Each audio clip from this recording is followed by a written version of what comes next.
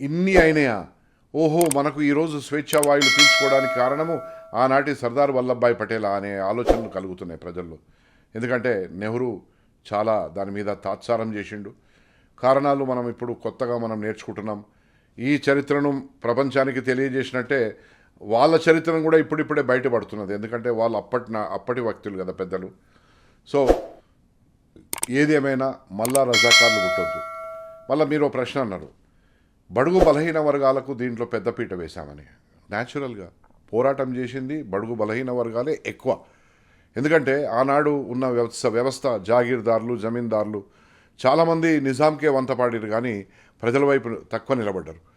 ప్రజల వైపు నిలబడ్డారంటే ఎవరన్నా పటేల్ పట్వారి వీళ్ళు ఎవరైనా వతందారులు ఉంటే వాళ్ళు నిలబడ్డారు. కొన్ని జాగాల్లో వతందారులు కూడా మోసాలు చేశారు. దాంట్లో మా తాత, ఆయన పేరే నాకు పెట్టారు, కీర్తిశేషులు గూడూరు నారాయణ రెడ్డి కూడా రజాకార్లతో పోరాటం